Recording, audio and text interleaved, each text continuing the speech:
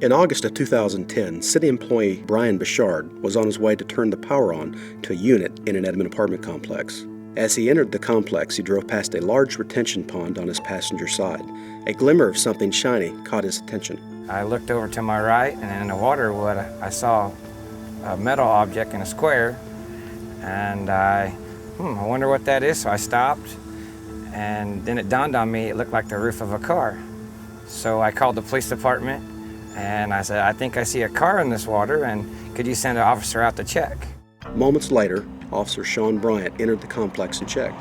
He quickly determined that there was indeed a car submerged in the water. Dried moss on the roof of the car indicated that it had been there for quite some time. The next step Officer Bryant took was to call Edmond's specialized dive team to recover the vehicle.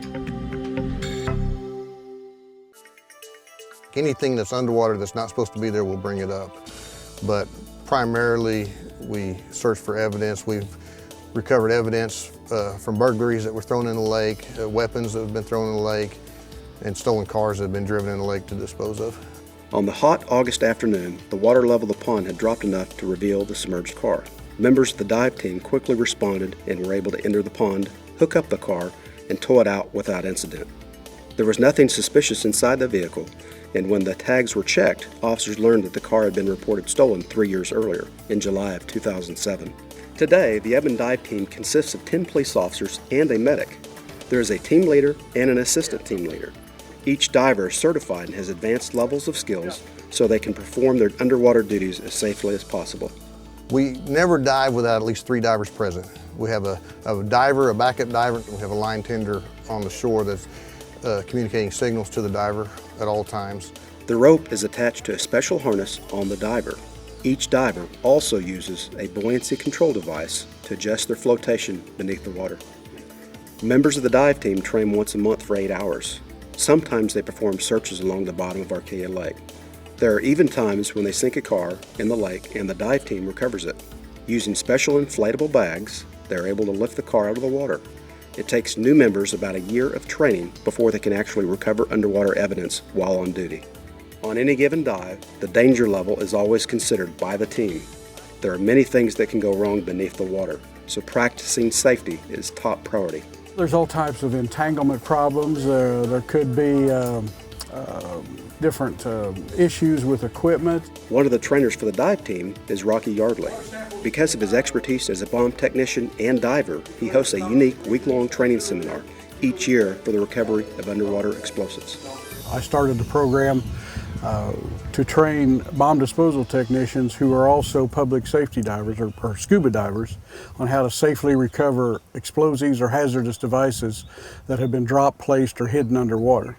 Rocky was heavily involved with the investigation of the Oklahoma City bombing that took place in 1995. He understands firsthand the importance of having this type of training. The world's three-fourths water. The terrorists and the criminals are hiding or destroying or discarding this evidence somewhere. Tim McVeigh even hid evidence underwater at a lake in Kansas. For his 2011 class, Rocky had students from Seattle, Pittsburgh, and even New Zealand. On their first day, students spent most of the day in the classroom. For their second day, they retrieve items from the bottom of the pool at the UCO campus. The last 3 days of training take place at Arcadia Lake, where the visibility for divers is almost none. Arcadia water is not clear and is considered black water diving. You have no visibility. While wearing my mask under the water, I tried to check even my own air gauge. You would bring it right up to your face, and there's nothing. You have no visibility, so you're strictly working by feel, and that's how you're working. When we were working out at the college campus in the pool, well, you could do that for days on end, right? Because you know you're in the bottom of a pool. You got out into a lake, and now you're coming across beer bottles, beer cans, maybe a tree limb, and all of a sudden that tree limb feels an awful lot like a person's arm. Oh, it definitely raises the factor of this is serious stuff. And if you can find this stuff in black water, then you can find it anywhere. So it's a good location. This school in itself is the most dangerous training they'll ever do. We're underwater and we're using explosives and different instruments. Underwater is not where you want to be if an explosion goes off. That's extremely dangerous training. And I commend these young men and women to come in and do this type of hazardous training to help the citizens of their community. I can unequivocally say that this is the best training I have ever attended. In the 13 years as being a bomb technician, this has been some of the most intense, most demanding, and the host and the city the most gracious.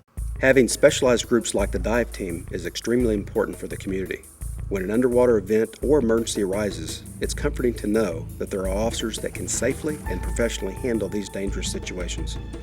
This video series was produced by the Edmond Police Department and the Cops Leadership Council. To learn more about the Leadership Council and its partnership with the Edmond Police Department, please visit edmondpd.com or call 359-4440. You can watch past episodes of The Edmond Way on YouTube. Just search City of Edmond OK.